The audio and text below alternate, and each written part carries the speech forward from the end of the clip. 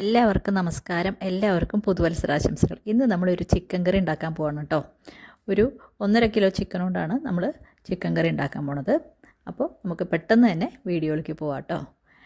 നമ്മളിവിടെ ഒരു 1.5 kilo chicken നന്നായി വൃത്തിയാക്കി വെച്ചിട്ടുണ്ട്. അതിലേക്ക് നമ്മൾ ആദ്യം 1 സ്പൂൺ ഉപ്പാണ് ഇട്ട് കൊടുത്തത്. പിന്നെ 2 ടീസ്പൂണോളം മല്ലിപ്പൊടി ഇട്ട് കൊടുത്തു. ഒരു 1/2 ടീസ്പൂണോളം മഞ്ഞൾപ്പൊടി, 1 ടീസ്പൂൺ നല്ല മുളക് പൊടി, പിന്നെ നമ്മൾ അതിലേക്ക് 1/2 ടീസ്പൂൺ ഗരം മസാലപ്പൊടി, പിന്നെ നമ്മൾ അതിലേക്ക് ചേർക്കുന്നത് 2 ടീസ്പൂണോളം ഒട്ടും പുളിയില്ലാത്ത തൈരാട്ടോ. ഇനി നമുക്ക് നന്നായിട്ട് മിക്സ് ചെയ്ത് അരമണിക്കൂറോളം ഫ്രിഡ്ജിൽ വെക്കാം.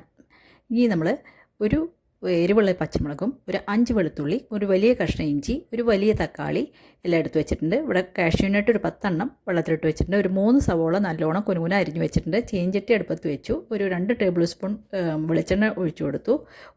ഒരു ടീസ്പൂൺ പെരിഞ്ജീരകം, ഒരു 3-4 ഏലക്കായ, ഒരു 5-6 കരയാമ്പൂ, കുറച്ച് കുരുമുളക്, ഒരു 1/2 ടീസ്പൂൺ കുരുമുളക് എല്ലാം ഇട്ട് കൊടുത്തതിന് ശേഷം നമ്മളതിലേക്ക് ചതച്ച വെളുത്തുള്ളിയും ഇഞ്ചിയും പച്ചമുളക് ഇട്ട് കൊടുത്ത് നന്നായി വഴറ്റി അത് മൂത്തതിന് ശേഷമാണ് കേട്ടോ സവോള ഇട്ട് കൊടുത്തത്. അതിലേക്ക് നമ്മൾ കുറച്ച് ഉപ്പ് ചേർത്ത് കൊടുത്തു. ഇനി നമുക്ക് നന്നായിട്ട് ഉള്ളി വഴന്നു വരുന്നവരെ നല്ലോണം വഴറ്റി കൊടുക്കണം. ഇപ്പോൾ ഉള്ളിയൊക്കെ ഒരുവിധം വഴന്നു വന്നു. അതിലേക്ക് കുറച്ച് കറിവേപ്പില ചേർത്ത് കൊടുക്കാം. ഇനി ഒന്നും കൂടി നല്ലോണം വഴറ്റിയതിന് ശേഷം നമുക്ക് മസാലപ്പൊടികൾ ചേർക്കാം. ഞാൻ 2 ടീസ്പൂണോളം മല്ലിപ്പൊടി ചേർത്ത് കൊടുത്തു. ഒരു ചെറിയ സ്പൂണിൽ 1/2 ടീസ്പൂൺ മഞ്ഞൾപ്പൊടി, ഒരു നല്ല മുളക് പൊടി 1 ടീസ്പൂൺ, ഒരു കാശ്മീരി മുളക് പൊടി 1 ടീസ്പൂൺ, 1/2 ടീസ്പൂൺ കുരുമുളക് പൊടി, 1/2 ടീസ്പൂൺ ഗരം മസാലപ്പൊടി എല്ലാം ചേർത്തിട്ട് നന്നായിട്ട് ഇളക്കി നമ്മുടെ മസാലയുടെ മണം നല്ലോണം പോയി നല്ലോണം മൂത്ത് വരണം കേട്ടോ മസാല. അതുവരെ നമ്മൾ നന്നായിട്ട് ഇളക്കി കൊടുക്കണം.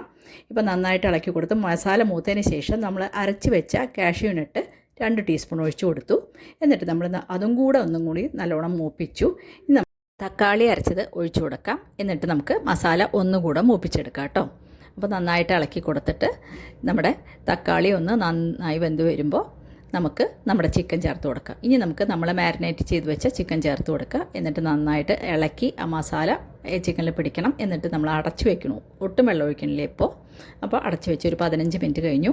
അത് തുറന്ന് നോക്കിയപ്പോൾ നമ്മുടെ ചിക്കനൊക്കെ നന്നായിട്ട് വെന്തിട്ടുണ്ട്. അതിലേക്ക് നമ്മൾ ഗ്രേവിക്ക് വേണ്ട വെള്ളം ഒഴിച്ചു കൊടുക്കണം. ഞാനിവിടെ കഷ്ടി ഒരു വലിയ ഗ്ലാസ് നിറച്ച് അത്രയും ഉണ്ടാവും, അത്രയും വെള്ളം ഒഴിച്ചു കൊടുത്തു. അപ്പോൾ എന്നിട്ട് നന്നായിട്ട് ഇളക്കിയിട്ട് നമുക്ക് ഒന്നും കൂടെ ഒന്ന് അടച്ചു വയ്ക്കാം. ഒരു 2-3 മിനിറ്റ് അടച്ചു വെച്ചാൽ മതി.